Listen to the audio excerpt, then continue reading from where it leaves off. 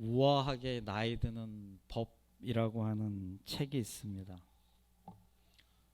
나이를 한 살 한 살 먹는데 우아하게 나이 드는 법. 책 제목을 참 잘 줬더라고요. 제가 좀 보았습니다. 품격에 대해서 썼더라고요. 품격 있는 사람들에게는 세 가지 특징이 있다. 그 중에 하나가 자기다운 삶을 살아간다. 자기다운 삶을 살아간다. 미국의 영화배우 조지 클루니라고 있습니다. 아주 잘생긴 배우인데요. 이 친구가 처음부터 유명하진 않았고 무명 생활을 오래 했죠. 나중엔 잠잘 데가 없어서 친구 집에서 얹혀 살고 오디션을 보러 가야 되는데 차가 없어서 친구 차를 빌려 타야 했고 양복이 없어서 그 친구들이 이렇게 좀 뭐 다 이렇게 뭐 사는 게 변변치 않은데 친구들이 십시일반으로 돈을 모아서 양복을 사서 그 양복을 입고 영화 오디션을 보러 가서 또 배역을 따내고, 근데 이분이 큰 흥행을 하고 성공을 했죠. 그래서 어느 날 자기의 생일날 그 친구들을 다 초대합니다. 14명을 초대해서 그들에게 가방을 하나 선물하죠. 그 가방 안에는 100만 달러씩 있어서 그들에게 선물을 했습니다. 마음이 참 너그러워요. 이 친구가 이런 말을 했습니다. 우리는 살아갈 때에 생일을 1년에 한 번씩 맞이하는데 그 생일날 내 케이크에 초가 하나씩 늘어난다라는 것을 꼭 기억해야 한다. 그러니까 세월이 흐르고 있다라는 것을 기억해야 한다. 그러면서 자기는 자기 나이에 걸맞는 외모를 늘 갖고 있으면서 그렇게 멋지게 인생을 살고 싶다라고 말을 했습니다. 제가 참 같은 남자로서 그 분의 말을 들으며 참 멋있다라는 생각이 들었는데요.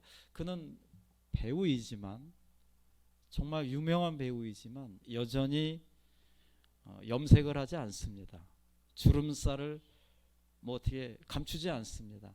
자기 나이에 맞게 자기의 나이에 걸맞는 그런 외모를 가지면서 누구보다도 열심히 당당하게 자기의 인생을 스스로 주관하면서 주도해 나가면서 살아가고 있습니다.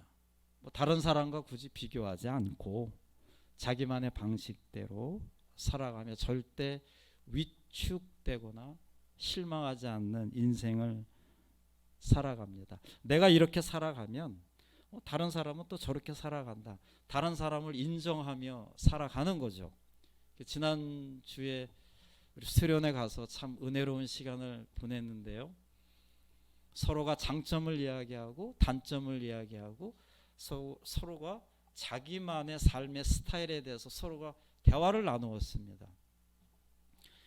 이분이 나와 같지 않다라고 해서 틀린 것도 아니고 나만의 성격, 나만의 타입, 나만의 장점과 단점을 갖고 살아가는 것처럼 뭐 다른 사람도 그 사람의 나름대로의 장점과 단점을 갖고 열심히 살아갑니다. 그것을 인정해 주는 겁니다. 절대 뭐 질투하거나 시기하지 않고 인정하면서 그렇게 살아가는 거죠. 그러한 사람들 참 품격 있는 인생이다. 책에서 그렇게 이야기하고 있습니다. 또 한 가지는 정직하며 겸손하다. 품격 있는 사람은 일단 자기 자신에게 정직합니다. 누가 보든 안 보든 자기 자신이 스스로에게 약속한 것은 지키고 그대로 나아가고 있는 것입니다. 그냥 묵묵히 스스로 정해진 길을 아주 묵묵히 걸어가고 특별히 겸손하죠. 자기보다 약한 사람을 만나도, 자기보다 부족한 사람을 만나도 다르지 않습니다. 상황이 똑같고 말하는 어투나 행동 똑같이 그들에게 대한다라고 하는 거죠. 그게 아주 품격 있는 인생입니다. 그리고 마지막 한 가지가 말과 행동에서 매력이 있다. 여러분 주변에 이 사람 좀 자주 만나보고 싶다라고 하는 사람은 분명한 그 사람만의 매력이 있습니다. 동성이든 이성이든 그 말과 행동을 그 사람을 잘 보면요, 그 사람에게는 친절함이 있고 배려심이 있습니다. 그게 몸에 배어 있기 때문에 행동에서 자연스럽게 나오게 되는 거죠. 특별히 이렇게 몇 마디 나눠보면 압니다. 저 사람이 참 격이 있구나, 아니면 좀 아니구나 라는 걸 알죠. 그만큼 이 참 행동과 말을 보면 사람들은 저 사람이 어떤 사람인가 라는 것을 알게 되는데요. 이 말과 행동에 그 배려심이 있고 친절함이 있는 사람들은 이 꾸미지 않아도 이렇게 상대방을 좀 편안하게 해줍니다. 뭔가 그 사람을 만나면 왠지 모르게 이렇게 마음이 편안합니다. 저희 교회에도 이렇게 많이 있습니다. 제가 가만히 보면 그 사람을 뵈면 그 사람과 대화를 나누다 보면 아주 마음이 덩달아서 차분해지고 편해집니다. 이게 품격 있는 사람이죠. 그 사람하고 이야기하다가 헤어지면 뭔가 좀 아쉽고, 그 사람과 헤어지고 나면 그 사람과 좀 또 만나보고 싶고, 그런 사람들이 보통 이제 품격 있는 사람이다 이렇게 이야기하는데요. 특별히 오늘 본문 말씀에서는 중요한 포인트를 이야기하는데 바로 이 말에 대해서 이야기를 하고 있습니다. 말의 힘, 말의 중요성. 우리는 오늘 그 말씀을 통해서 말의 힘과 말의 중요성을 함께 깨닫게 될 것인데요.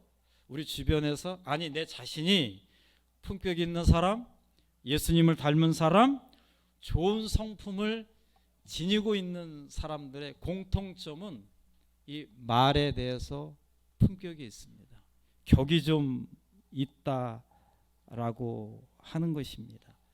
말하는 게 좀 달라요. 제가 오늘 특별히 말씀 시간에 꽃병을 준비해 왔습니다. 이 안에 이렇게 무겁네요. 물이 이렇게 있습니다. 여기 보세요. 이 물이 제가 자로 안 쟀지만 할 수 있다면 최대한 반을 딱 담았습니다. 그럼 여러분 중에는 어떤 사람은 물이 반밖에 없네요 라고 얘기할 거예요. 근데 어떤 사람은 와, 물이 반이나 있네요.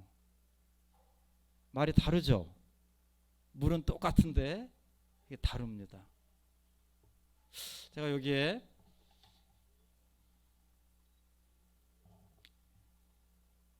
잉크를 떨어뜨려 보겠습니다.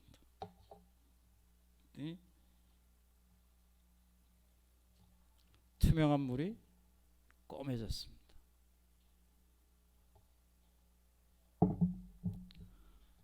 살면서 내가 무심코 내뱉은 말 한마디 때문에 누군가는 이 속이 이렇게 시꺼매지죠. 지금도 속이 시꺼먼 사람이 있습니다. 아직도 이 물이, 마음이 치유가 되지 않고, 제가 설교를 준비하면서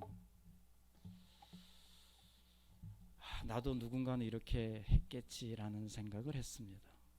나도 모르게 누군가의 마음을 이렇게 꺼멓게, 제가 한번 설교 때 얘기했나요? 고향에 다니던 교회 새벽 기도 올라갔는데, 심야 기도회구나. 어느 청년이 그렇게 기도를 열심히 합니다. 그래서 제가 그때 청년부 담당이었거든요. 저 친구 친한 친구인데 왜 이렇게 기도를 열심히 하나 했더니 그 기도에 제 이름이 나오더라고요. 나중에 그 청년 어머니한테 들었습니다. 예, 그땐 집사였으니까 우리 아들이 어머니가 친했으니까 집사님에게 어떤 말을 들었는데 너무 상처를 받아가지고 치유하는 기도를 많이 했다고. 제가 참 그랬어요. 예. 누가 기도를 하는데 거기에 내 이름이 나와요. 근데 나 잘 되기 위해서 은혜를 받아서 좋은 쪽으로 내 이름이 나오면 좋은데 누가 나 때문에 상처받아 가지고 그게 치유가 안 돼서 하나님 앞에 대신 용서를 비는데 만약에 내 이름이 등장한다면 얼마나 그 인생이 슬픈 인생이겠습니까? 말은 너무나도 중요합니다. 무심코 던진 돌에 개구리가 맞아서 죽는 것처럼 무심코 던진 말 한마디 작심하고 내가 내 이 말은 꼭 해줄 거야 라고 해서 했던 그 말들 비수가 돼서 상대방의 마음을 아프게 하고 찌르게 하고 대못이 되는 거죠.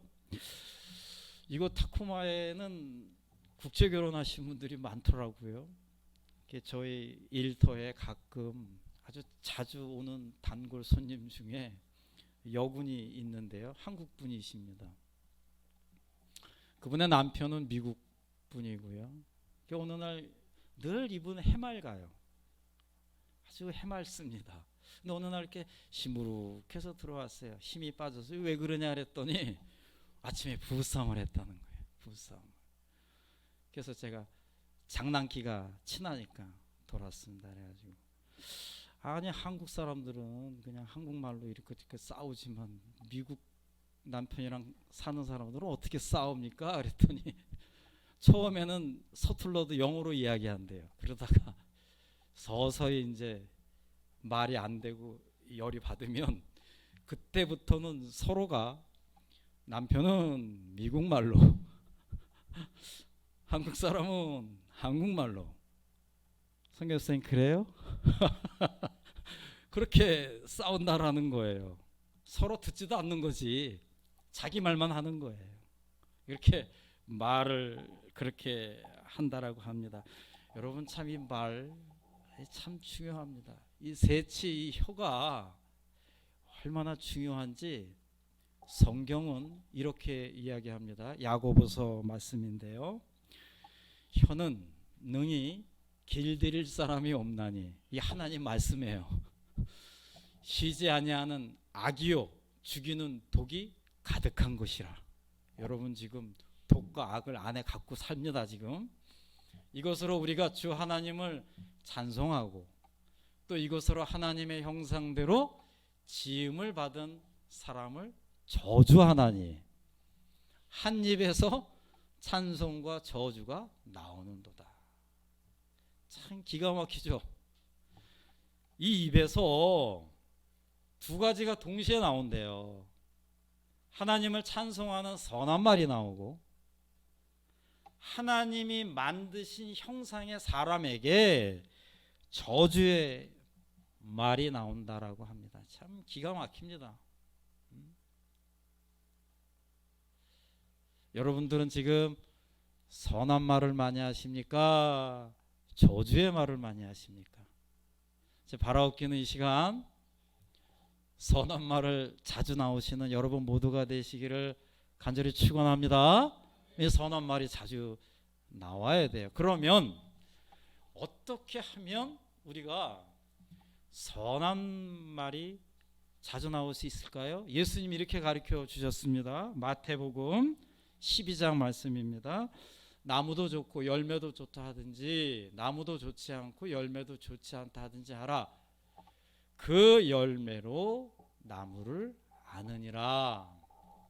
독사의 자식들아 너희는 악하니 이렇게 선한 말을 할 수 있느냐? 이는 마음에 가득한 것을 입으로 말함이라. 자, 중요합니다. 선한 사람은 그 쌓은 선에서 선한 것을 내고, 악한 사람은 그 쌓은 악에서 악한 것을 내느니라. 말하는 것은 그냥 결과일 뿐입니다. 이 마음이 중요하다라고 하는 거죠. 마음에 쌓은 것이 그대로 입 밖으로 나온다라고 하는 거예요. 그래서 우리는 예배를 드려야 하고, 말씀을 듣고 보아야 하고, 기도를 해야 하는 이유가, 그때 당시는 몰라요. 이렇게 예배 드릴 땐 모릅니다. 그러나 지금 여러분들과 저는 이 시간에 선한 것을 마음속에 쌓고 있는 것입니다.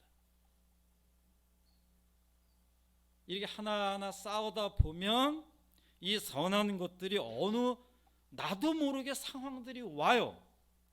좋은 상황이 올 수도 있고 나쁜 상황이 올 수도 있고, 나쁜 말, 저주의 말을 해야 할 타이밍이 있어요. 그런데 내 안에 선한 것이 차곡차곡 쌓여 있다 보면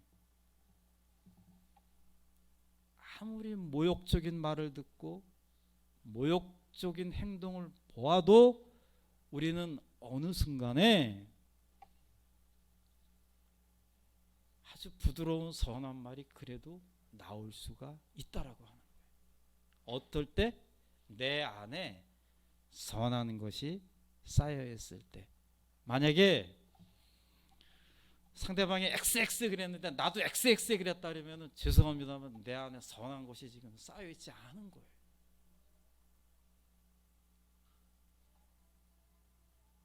예수님이 말씀하세요. 선한 말을 하고 싶으면 선한 것을 쌓아라. 자, 또 한 가지는 잠언 10장 19절입니다. 말이 많으면 허물을 면하기 어려우나 그 입술을 제어하는 자는 지혜가 있느니라.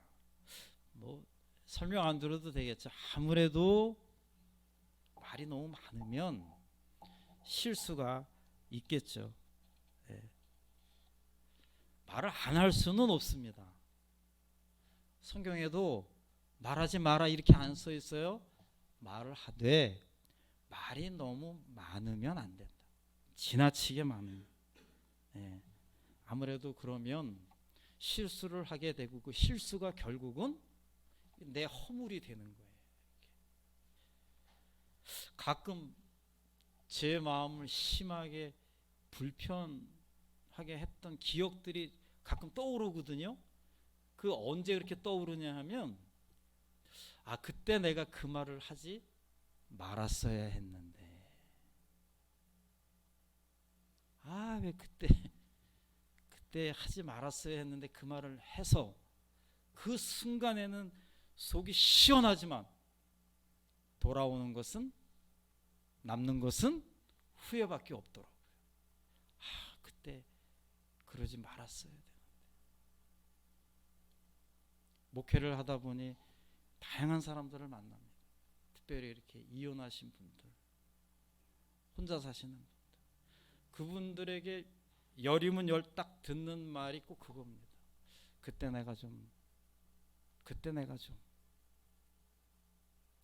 현실은 냉혹하니까요. 그때 내가 좀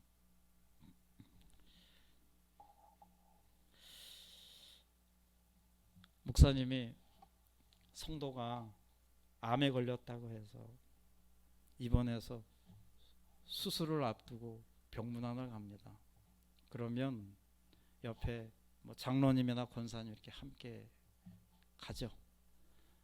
우리 교회 이야기 아닙니다. 그러면 가면 목사님이 죽느냐 사느냐 그 앞에 있을 때에 그냥 하나님의 말씀으로 무난하게 이렇게 짧게 말씀을 전하고 기도를 해드립니다. 그리고 나오면 딱 좋았는데 꼭 그럴 때 가면 바른 소리 하는 권사님들이 계세요. 그렇게 평상시에 술 마시지 말라 그랬더니 술 마셨다. 담배 피지 말라고 했더니 담배 끊지 못했다고. 그래서 이 모양 이 꼴이 되었다고. 말은 아주 100점짜리 정답입니다.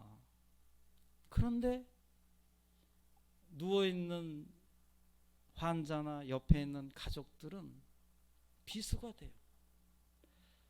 말은 맞는 말인데, 말은 훌륭한 말인데 그게 씻을 수 없는 상처가 되는 거예요. 그냥 조용히 기도해주고 조용히 안아주면 되는 것을, 사랑하는 성도 여러분, 앞으로도 우리가 살아가다 보면 가정에서 일터에서 다양한 상황들을 맞이합니다. 그 상황을 맞이하면 우리는 그 상황을 해석할 수밖에 없고 말을 할 수밖에 없어요. 그럴 때 여러분들이나 저나 선한 말이 나오기를 원합니다. 제가 어제 집에서 엊그저께 접시를 깼어요. 하필 또 그거를 또 우리 아내가 참 좋아하는 접시였어요. 앞이 캄캄하죠. 제가 무슨 말을 들었는가는 이 시간에 말씀드리지 않겠습니다. 한국 아이가 접시를 깨고 미국 아이가 접시를 깨면, 미국 아이가 접시를 깨면 엄마는 달려와서 아유 오케이 이러잖아요. 미국 엄마들은 어떻게 얘기해요? 살림살이 다 깨트린다 그러죠. 말이 달라요. 한 입에서 나오는 말들이 다르다라고 하는 것입니다. 사랑하는 성도 여러분, 뭐 여기 계시는 분들이야 제가 알죠. 늘 좋은 말, 선한 말을 자주 하시는 분들인데 앞으로도 더욱더 우리 입술에서는 선한 말들이 자주 나오기를 간절히 소망합니다.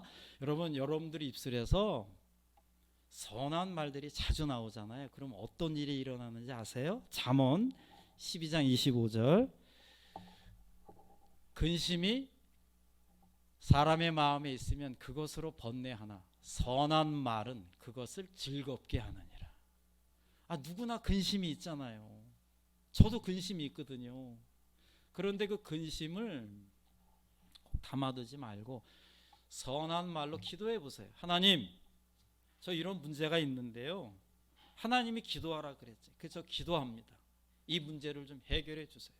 하나님, 저 오늘 중요한 약속이 있습니다. 이 사람의 마음을 좀 부드럽게 해주세요. 대화가 좋은 쪽으로 흘러가게 해주세요. 이게 선한 말로 기도하는 것입니다. 그러면 성경에서 뭐라 그러냐면은 근심이 뭘로 변한다고요? 즐거움으로 변할 것이다. 여러분, 이런 체험이 있기를 원합니다. 자, 잠언 16장 24절, 선한 말은 뭐 같다래요? 꿀송이 같다래요.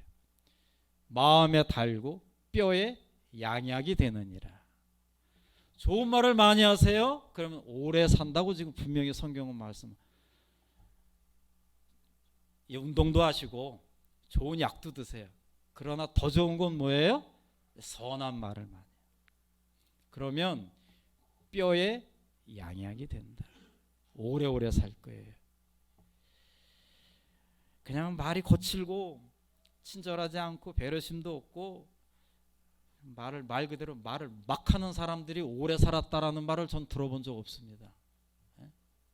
하지만 저렇게 보면 넉넉하고 여유가 있고 편안하고 말을 참 매력 있게 하는 사람들은 오래오래 살더라고요. 성경이 그러잖아요. 뼈에 양약이 된다. 에베소서 4장 29절, 무릇 더러운 말은 너희 입 밖에도 내지 말고 오직 덕을 세우는데 소용되는 대로 선한 말을 하여. 저 보세요. 듣는 자들에게 뭘 끼치게 하라? 은혜를 끼치게 하라. 사랑하는 남편에게, 사랑하는 아내에게, 사랑하는 자녀에게, 함께 일하는 사람들에게, 함께 신앙생활하는 서로에게 더러운 말 하지 말라는 거예요. 입 밖에도 내지 말라는 거예요. 오로지 그 사람이 세우는데 믿음이 세워지고 그 사람의 능력이 세워지고 그 사람을 칭찬하고 그 사람을 사랑해주고 그 사람을 격려하고 그들에게 따뜻한 말 한마디를 해주면 은혜를 끼치게 되고 그 은혜를 우리가 함께 누리게 되는 것입니다. 우리 오늘 이 시간부터 한 입에서 찬송하는 선한 말과 저주가 나올 수 있는데 타코마 우리 교회 성도님들은 할 수만 있다면 평상시에 선한 것을 쌓고 쌓아서 여러분들 입술에서 선한 말들이 나오므로 듣는 사람이나 말을 하는 사람이나 함께 은혜를 누리는 우리 모두가 되시기를 간절히 축원합니다. 네, 기도하겠습니다. 하나님 감사합니다.